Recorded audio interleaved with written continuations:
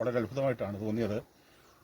ഇങ്ങനെയുള്ള കൃഷി വസ്തുക്കൾ വാങ്ങിയല്ലാതെ ഇങ്ങനെ സ്വന്തമായി കൃഷി ചെയ്ത് ഒരിക്കലും ഉപയോഗിച്ചിട്ടില്ല. അപ്പോൾ ഇവിടെ വന്ന് ഞാൻ ചെയ്യുന്ന കാര്യങ്ങൾ കണ്ടപ്പോൾ ഭാര്യയ്ക്ക് വളരെ അത്ഭുതമായി. ഒടുവിൽ എൻ്റെ കൂടെ കൃഷിയിൽ ചേർന്നു. അപ്പോൾ ഞങ്ങൾ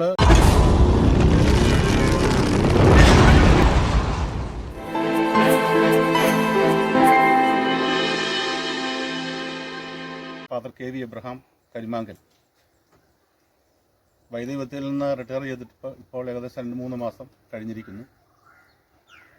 ചെറുപ്പകാലം മുതലേ എൻ്റെ അമ്മ നല്ല കൃഷിക്കാരിയായിരുന്നു. അമ്മയിൽ നിന്ന് കണ്ട് കൃഷി കാര്യങ്ങൾ പാഠമാക്കി അമ്മയുടെ കാലശേഷം കൃഷി ഞാൻ സ്വന്തമായിട്ട് ചെയ്യാൻ തുടങ്ങി. പിന്നീട് ദീർഘകാലം മുതലേ വാഴ, കപ്പ, ചേന ഇങ്ങനെ മുതലായ സാധനങ്ങൾ കൃഷി ചെയ്തു വന്നിരുന്നു.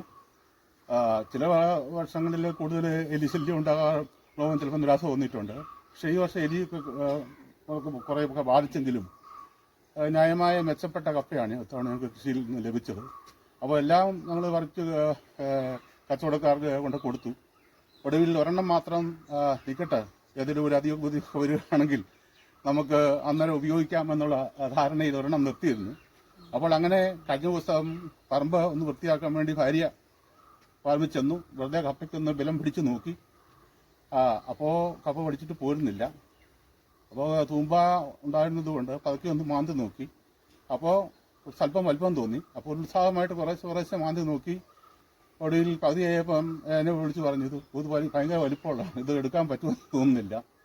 നീ ഉത്സാഹിക്കുമെന്ന് ഞാൻ പറഞ്ഞു.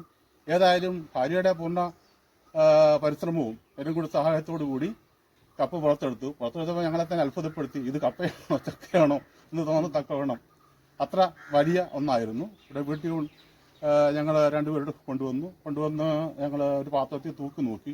അപ്പോൾ ആ തൂക്കിയ പാത്രം ഉൾപ്പെടെ നോക്കിയപ്പോൾ 15 കിലോ തൂക്കമുണ്ടായിരുന്നു.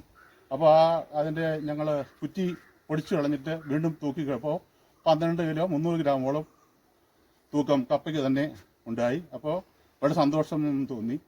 അപ്പോൾ എൻ്റെ ഒരു അടുത്ത സുഹൃത്തിനോട് ഞാനിങ്ങനെ പറഞ്ഞു, നമുക്കിങ്ങനെ ഒരു കപ്പ ഉണ്ടായിട്ടുണ്ട്, നമുക്കിപ്പം വേറെ അറിയിക്കാനൊന്നുമില്ല എന്നിങ്ങനെ പറഞ്ഞു. അപ്പോൾ ആ സുഹൃത്ത് ആണ് ഇപ്പോൾ നിങ്ങൾ ചാനലുകാരുമായിട്ട് ബന്ധപ്പെട്ട് ഇങ്ങനെ ഈ കാര്യങ്ങളെക്കുറിച്ച് അറിയാനിടയായിട്ടുള്ളത്. അപ്പം മാത്രമല്ല, ഞാൻ ആട് ഞങ്ങൾക്ക് കൃഷിയായിട്ടുണ്ട്. വർഷങ്ങളായി ആട് വളർത്തലുണ്ട്. പ്രധാനമായിട്ടും കപ്പയ്ക്ക് ഞങ്ങൾ വളം ഉപയോഗിക്കുന്നത് ഈ ആടിൻ്റെ കാഷ്ടമാണ്. അതിൻ്റെ കൂട്ടത്തിൽ അല്പം രാസവളം അതാ ഇടുന്ന സമയത്ത് മാത്രം ചേർക്കാറുണ്ട്. കപ്പയ്ക്ക് കളിക്കുന്ന ഇട്ട് ഒരു 10-12 ദിവസം കഴിയുമ്പോൾ ഒരു ശകലം വളം അല്പം ഇടും. പിന്നെ ഈ കപ്പ സ്വല്പം ഒരു വാഴയോടും കൂടി അടുത്ത് ചേർന്നായിരുന്നു നിന്നിരുന്നത്. അതുകൊണ്ടാണോ അതിന് കൂടുതൽ വലിപ്പം ഉണ്ടായത് എന്നറിയില്ല. ഏതായാലും ഇനി മുന്നോട്ടും കൃഷി കുറെ കൂടി ഉത്സാഹമായിട്ട് തുടരത്തക്കവണ്ണമാണ് ഇപ്പോൾ ഈ കപ്പ ഞങ്ങൾക്ക് ലഭ്യമായിരിക്കുന്നത്. പല ആളുകളും ഞങ്ങളോട് പറഞ്ഞു, പിന്നോട്ട് പോകരുത്, കൂടുതൽ സ്ഥലം ഉപയോഗിച്ച് കൃഷി ചെയ്യണം, നമുക്ക് ഈ നാടിൻ്റെ പഞ്ചായത്ത് പഞ്ചായത്ത് തന്നെ ഒരു കർഷകനായിട്ട് മാറണം എന്നൊക്കെ പറഞ്ഞ് പലരും എന്നോട് പറയുകയുണ്ടായി. അതുകൊണ്ട് എൻ്റെ ഭാര്യയ്ക്കും ആ കാര്യത്തിൽ എല്ലാ പിന്തുണയും എനിക്ക് നൽകുന്നുണ്ട്. ഞാൻ അല്പസം മടിച്ചിരുന്നാലും ആ സമയമായില്ലേ, പോയി പറമ്പിൽ പോകാം എന്ന് പറഞ്ഞ് എന്നെ ഉത്സാഹിക്കും. രാവിലെ എഴുന്നേറ്റ് ഒരു 7:30 ആകുമ്പോൾ ഒരു 2 മണിക്കൂർ കളയും കാര്യങ്ങളായിട്ട് പോകും. പിന്നെ വൈകുന്നേരം ഇതുപോലെ ഒരു 5 മണി 4 വെയിലൊക്കെ ഒതുങ്ങി കഴിയുമ്പോൾ ഒരു 2 മണിക്കൂർ നമുക്ക് ഒരു ഉത്സാഹം, എന്നാൽ ക്ഷീണമില്ലാതിരിക്കണം, വെയിലൊന്നും ഇല്ലാത്തതുകൊണ്ട് പണിക്ക് പറ്റിയ ആ സമയം നോക്കിയാണ് ഞങ്ങൾ കൃഷി ചെയ്യുന്നത്. അതുകൊണ്ട്